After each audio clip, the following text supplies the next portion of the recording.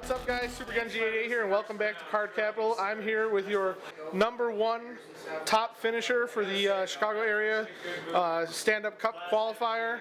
He's going to Orlando, all expenses paid, and he ran Draconic Overlord at the end.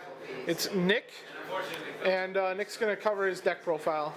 Alright, so I start with Conroe, obviously. Everyone knows what this card does. It's very good. It searches out grade 1s.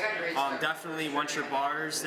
I usually search for the bars, but late game, if I never use his effect, bars is the choice. A lot of times I saw you had him on the field for a long time. I mean, Right. was that to toolbox into Basically. a Bari or possibly Kimnara? Yeah, exactly. Because at that point, when I was facing my opponent and I was making sure his field was cleared, I didn't have to get other boosters to the field, but when he started hitting me pretty hard, I had to search for the bars. So I kept Conroe on the field most of the entire game, every time. Okay.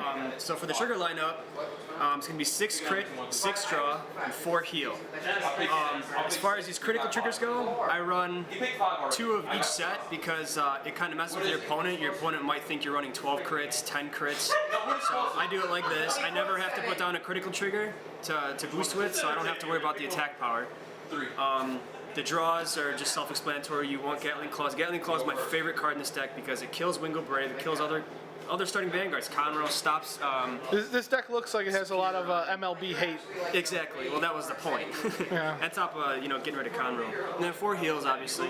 Yep. Okay, for the grade 1 lineup, I run 3 Bari. I only run 3 because with a 13k defender, obviously, you don't really have to worry about guarding a whole bunch. So outside of limit breaks, 3 is all you need for this deck.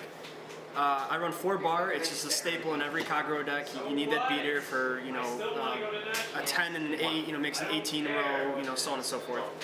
I run 3 Gojo because first of all, outside of you not being able to get grade stuck, which is very nice because there's been times where I'll put 2 of them on the field and I'll use one effect after the other to get that extra draw power in there. You can cycle through your cards really fast.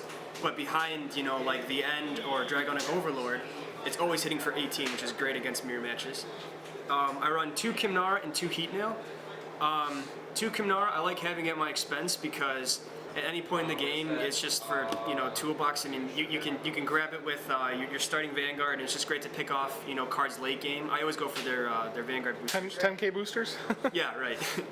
And then I have the 2 Heat Nail because the pressure is amazing. I never put this behind the Vanguard because once you start doing your thing in the beginning, they'll start blocking and it becomes useless. So you find that real useful, the Heat Nail? I do, yes, especially on the rear guards. Is there ever a time when you hit and then you don't use its effect because you want to maintain the field advantage? Yeah, there's sometimes too when I'm running low on my deck. If my opponent lets it hit, it's nice because you can throw these back in your deck, recycle, and not have to worry about decking out. I've done that a couple times too. Great, it is awesome. Well, with that many draws, yeah, I can see that. Yeah, I've done that too many times. And then for the grade 2 lineup, 4 10k beaters. Obviously, vanilla is the best in this game. You just want to be as consistent as possible. A lot of people want to run striking, which I like striking a lot, but I've just play tested it way too many times. Getting grade stuck is horrible. So you want to be as consistent as possible, especially in these one-time events. 4 Burning Horn because it's just an amazing rear guard. I run 2 Tejas because I love opening with this guy and then hitting their Wingo Brave in the back or their Conroe.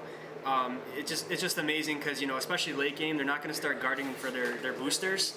So you just use this guy kind of as a lone wolf and start hitting their boosters. And if they want to try to hit you at the end, you need perfect guard. You want to keep this guy as long as you want possible, but it's okay to intercept him. I run 1 Berserk Dragon because I just like him as a tech choice. I think he's very, very usable at any rate, just 1 through 4. But 1 is working good for me. Yeah, I've seen a lot of decks online run like 3 copies of that, and you just think that eats up the counterblast too fast? I think so too, because when you have your open counterblast, it kind of makes your opponent think because of the mystery. You want to have this open counterblast so that you can use the End's ability, but don't focus your deck around using the End's ability. So, you just kind of have to play a mind game with your opponent. I love dropping this guy down. When I have those 4 open counterblasts, and then you nail their boosting card that helps the Vanguard, and then they have to worry about Dragonic Overlord at the end as well. Which leads me to the grade 3s. You run 4 and 4, obviously. No one-off tech choices. Yeah, right. It's just to be as consistent as possible. It's probably a standard build that anyone else runs out there, but this is what's working for me, and this is what helped me, and it's great. It's an amazing deck. So. Yeah, I mean, I definitely see the differences between this and like what the Japanese meta runs. It is very different.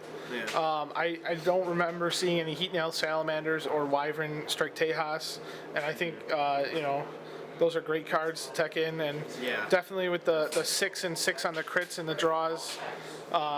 Whenever I play the deck, I feel like I lose hand advantage too fast or field advantage too fast, and I probably need more draws, and that's awesome. So congratulations on first place, and good luck in Orlando. Well, thank you very much. Appreciate it.